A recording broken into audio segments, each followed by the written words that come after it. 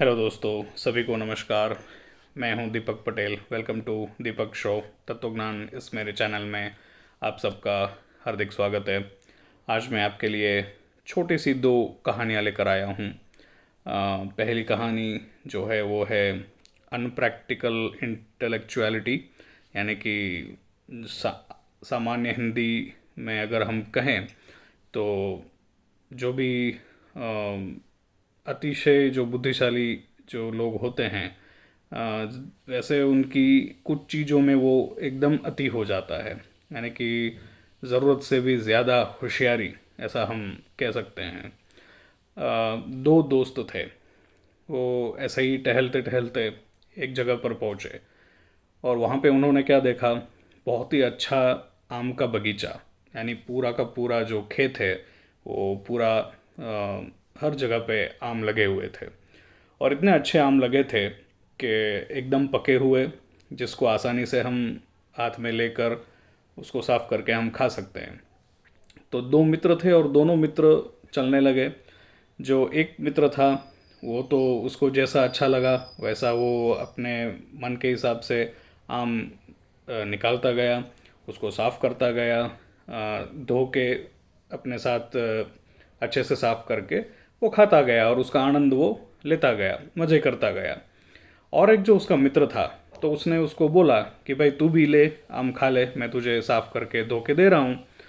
तो वो थोड़ा कैलकुलेटिव माइंडेड का था, यानी कि क्या बोलते हैं उसको, मैथमेटिकल माइंड जिसका होता है ना, यानी कि गणितज्ञ ना, जिसको हम सामान्य हिंदी भाषा में अगर कहे तो वो गणितज्ञ व्यक्तित्व, यानी कि जिसका मन और बुद्धि ऐसा ही होता है कि हर चीज़ में वो आंकड़ों से ही उसको नापते रहते हैं। तो वैसा बुद्धि वाला वो बंदा था। तो उसने क्या किया कि नहीं नहीं, ये सब फालतू काम के लिए मेरे पास टाइम नहीं है, तू ही खा।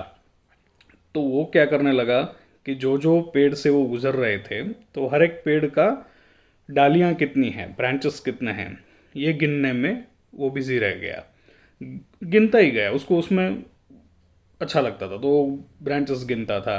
बाद में कौन से शाखाओं में उसकी ज़्यादा आम पके हुए हैं, वो आम की गिनतियाँ करने लगा। तो ऐसे ही समय बीतता गया। जैसे जैसे दोनों धीरे धीरे आगे बढ़ते गए, तो वो जो बगीचे का, आम के पूरा इतना बड़ा बगीचा का जो मालिकिन था, तो वो उस दूर से वो देख रहा था कि दो बंदे ऐसे आ रहे हैं। तो वो थोड़ा नज़दीक गया। जैसे ही वो दोनों नज़दीक गए तो उसने बोला कि नहीं, इस तरीके से तुम मेरे खेत में आके ऐसे ही आम नहीं खा सकते, तुरंत चलो निकलो, ऐसा उसने बोला। तो तब तक तो बहुत सारे आम दूसरे उसके जो मित्र था उसने खा लिया था। जितना मन आए, जितना मर्जी आए, खुशी खुशी हंसी हंसी अच्छे से खा लिया था। और दूसरा जो बंदा था वो तो गिनती करने में ही रह गया कि कितनी शाखाएं और कितने आम पके हैं, कितने उसमें से पत्ते हैं, किस पेड़ में ज़्यादा पत्ते हैं, इस तरीके का पूरा कैलकुलेशन करने में ही वो चला गया।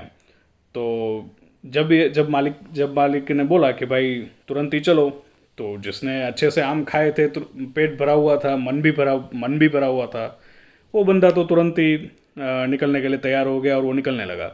लेकिन ये जो भाई साहब थे दूसरे, जिनको गिनतियाँ ही करनी थी, वो वैसे माइंड वाले जो भी बंदा था, वो दोस्त था उसका दूसरा, वो उधर से हिलने के लिए तैयार नहीं था। क्योंकि उसको ऐसा लग रहा था कि मेरा काम अभी तो पूरा भी नहीं हुआ है और बहुत सारे पेड़ हैं, उनको भी मुझे गिनना है। वो पेड़ में कितने शाखाएं लगी हैं, उसमें कितने आम पके हुए हैं, उसके जो पत्ते हैं वो एक पेड़ से दूसरे पेड़ के पत्ते कितने ज़्यादा है, वो मुझे गिनना है। तो ऐसा इम्प्रैक्टिकल इंटेलेक्चुअलिटी जो होती है जिन लोगों की, यानी कि ज़रूरत नहीं है फिर भी ज़्यादा होशियारी जिनमें जो होती है, वो ऐसे डिससेटिस्फाइड यानी असंतोषी मनोभावना से ही वो गुजरते रहते हैं। और बाद में क्या होता है, वो मालिक ज़बरदस्ती उसको थोड़ा मार पीट के डंडे बंडा मारा और बाद में उसको भगाया वहाँ से। तो ये छोटी सी कहानी में हमको सीख मिलती है कि जीवन में भी हम जितना हो सके उतना प्रैक्टिकल रहें, थोड़ा सतर्क रहें कि प्रैक्टिकल रहना है। यानी कि अधिक होशियारी भी हमारी कोई भी काम के लिए सही नहीं रहती। जैसा जो भी प्रैक्टिकल जहाँ ज़रूरत है वैसा जीना चाहिए। दूसरे बंदे ने तो अच्छे से उसको आम को भी खाया, उसके मिठास को भी अनुभव किया, मन भी उसका तृप्त था। तो हमेशा ऐसा ही रहना है कि हमें तृप्त रहना है, जो भी अच्छा लगे हमें वो काम करते रहना है, हमारा इन्वॉल्वमेंट उसमें देना है। न कि ऐसे कामों में जहाँ पे सिर्फ नंबर्स हो या आंकड़े हो, यानी कि बिल्कुल ही इम्प्रैक्टिकल हो, और उसमें मेरी होशियारी मुझे नहीं दिखानी है। तो और एक छोटी सी कहानी मैं आपके लिए लेकर आया हूँ जिसका नाम है इनक्यूरेबल हैबिट। यानी कि सामान्य हिंदी भाषा में अगर हम कहें कि जो स्वभाव का, यानी कि हैबिट मतलब अपना स्वभाव या कुछ ऐसा कह सकते हैं जिसका कोई तोड़ ही नहीं है, यानी कि उसकी कोई उपाय ही नहीं है, ऐसा मेरा एक शौक। तो एक बार क्या होता है, बहुत घनी बारिश आती है एक गांव में, और उस गांव में कुछ मछुआरे जो होते हैं, वो लेडीज़ का पूरा ग्रुप था, महिलाएं थी जो मछुआरे थी। तो वो ग्रुप था, तो वो वापस अपने घर जा रहे थे। तो बहुत घनी बारिश आने के कारण वो रास्ते पर ही जो एक घर था वहाँ पे वो लोग रुक गए। और वहाँ वो घर के आंगन में बहुत सारे जो गुलाब के फूल थे, वो सब गुलाब के फूलों से वो भरा पड़ा था आंगन जो उस घर का था वो। तो ये लोगों ने जाके घर का दरवाज़ा खटखटाया, और रात हो चुकी थी, घनी बारिश भी थी, बिजलियाँ गरज रही थी। तो उन्होंने रिक्वेस्ट किया, कहा कि आज रात हम यहीं पे सो सकते हैं।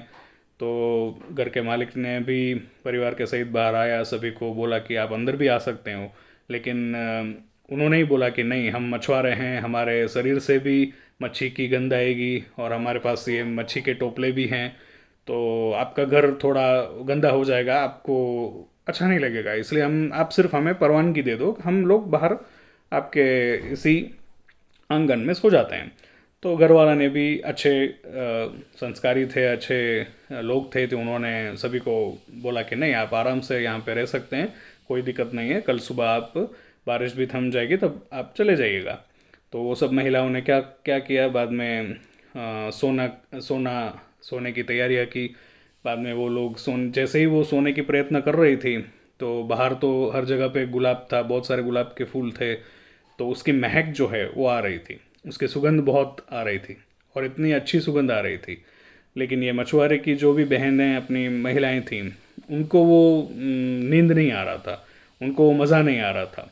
इसलिए उन्होंने क्या किया कि अच्छी सुगंध तो थी, लेकिन उनको वो आदत नहीं थी वैसे सुगंध में सोने की।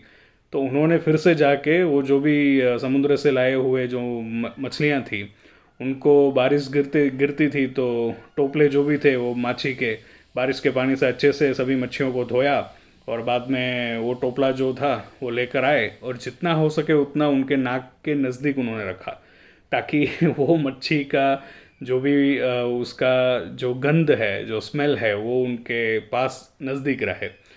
तो वो महिलाओं ने जब ऐसा किया, तभी जाके उनको गाढ़ निंद्रा आई। जब भी आमतौर पर देखा जाए तो गुलाब का फूल की सुगंध तो बहुत ही बढ़िया रहती है। आजकल तो इतने मार्केट में एयर फ्रेशनर और परफ्यूम्स भी आ गए जो गुलाब से होते हैं, लेकिन ये जो स्वाभाविक इनक्यूरेबल हैबिट, यानी कि उसको आप बदल नहीं सकते, कुछ स्वभाव ऐसा होता है, कुछ गुण ऐसे होते हैं, कुछ आदतें ऐसी होती हैं हमारी जो बदल नहीं सकती, इनक्यूरेबल होती हैं। तो उसमें से ये एक है। तो इस कहानी से हमें ये भी सीखने को मिलता है कि कुछ आदतें हमारी, हम स्वभाव जो होता है हमारा, हम बदल नहीं सकता।